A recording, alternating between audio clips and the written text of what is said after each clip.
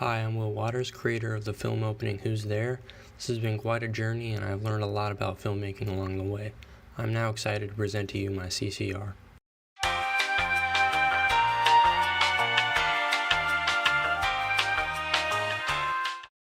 In terms of genre conventions, I wanted to stick to the standard conventions of horror without bending them too much. When envisioning my film opening, I kept my main source of inspiration, The Witch, in mind. I loved how that movie created such a tense atmosphere, and it was something I wanted to try and recreate for my film opening. So when scouting for locations, I wanted to find a wooded area that was reminiscent of The Witch. But I also wanted to make my film opening more unique, which is why I decided to shoot in black and white, which is an aspect rarely found in modern horror movies, or any modern movie for that matter. When shooting my opening, I thought back to the original goal I had, which was to make it seem like the protagonist was being watched. So for the vast majority of my shots, I either shot from behind or on the side of the protagonist to imply she was being watched. Since there is no on-screen monster, I wanted the viewer to feel as if the camera itself was the monster, and I feel I accomplished that through the cinematography of my film opening. As for editing, piecing everything together and getting all the shots in the right order was definitely the hardest part.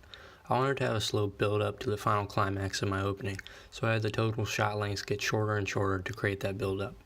Sound was probably the most important piece of my project. I did the sound last, so I had my whole entire opening done just without the sound. Watching my opening without sound made me realize how important sound is, because watching it felt very boring and not scary at all, but adding sound in made it into a whole different thing. My camera recorded great sound and perfectly captured the ambience of the forest. I also found a few creepy sounds online to serve as my film score, which nearly every horror movie has. As for representation in my opening, I noticed a lot of recent horror movies such as It Follows and Don't Breathe have starred women in the lead role, so I jumped on that trend and cast a girl to play the lead in my film opening. Women in horror are almost always represented as a victim, and in my opening it is no different. There is a constant feeling of danger that surrounds my protagonist throughout the opening.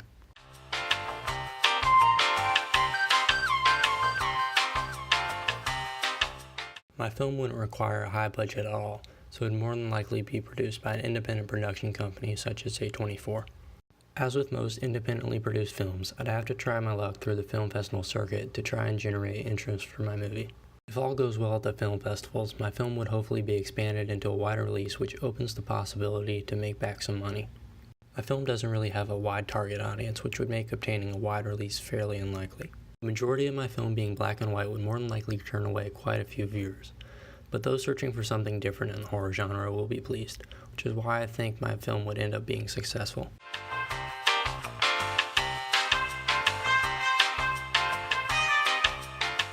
Coming into this project, I had very little production skills and no prior experience working with Adobe Premiere, just what I used for my project in the CCR.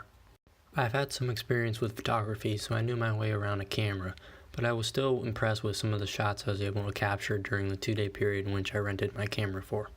I've been watching movies all my life, but I never really understood the process behind them. I always figured most of the work goes into the actual production phase of making a movie, but I quickly learned that post-production is where the magic happens. Like I said before, I had no experience working with Adobe Premiere, so the post-production phase was extra tricky for me. YouTube quickly became my best friend. I spent days watching tutorials on everything such as trimming clips, color correction, positioning titles, sound design, and many others. The hardest part of this project was definitely the editing. I spent a lot of time just trying to position my clips in an order that flowed nicely. But from there, the editing process became pretty fun, working with different video and title effects, which I'll expand on in the next question.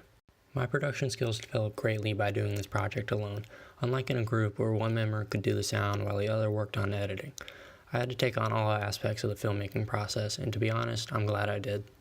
By taking on that challenge, I was able to see myself develop as a filmmaker, and will now leave this class a better one for it.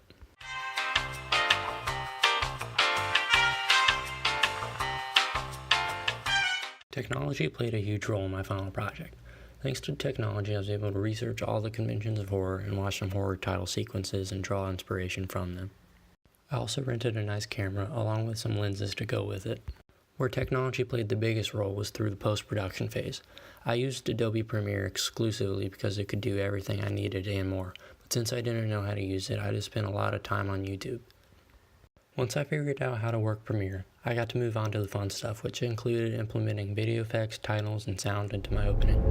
Premiere has tons of effects to choose from, but I really only used a few. One was a zoom effect that I applied to a bunch of the shots. I used this to further add to the suspense of the scene by making it appear that something was watching and zooming in their sights in on the protagonist.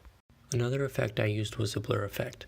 I incorporated this effect into the shot of the protagonist first waking up in the woods to imply that she is disoriented.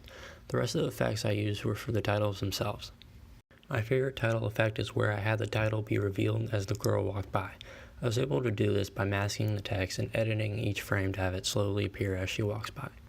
I also added some basic title effects such as fade in and fade outs just to make the titles appear more cinematic. Now for the ending title, I wanted to end it with a bang, so I looked up a tutorial on how to have a clip play within the title and incorporated that, but also set it to where it slowly zooms out to reveal the title and slowly transitions into a blood red color to add a more sinister effect to the ending. Aside from video effects, I also did some work color correcting my clips. Due to my project being filmed in the early evening, my clips appear a lot brighter than I needed them to be. So I was able to just turn down the brightness by slightly decreasing the exposure and increasing the amount of shadows and blacks, which also helped to create a much more dull look, which is what I was originally going for. Now once I took care of that, I was able to move on to sound design.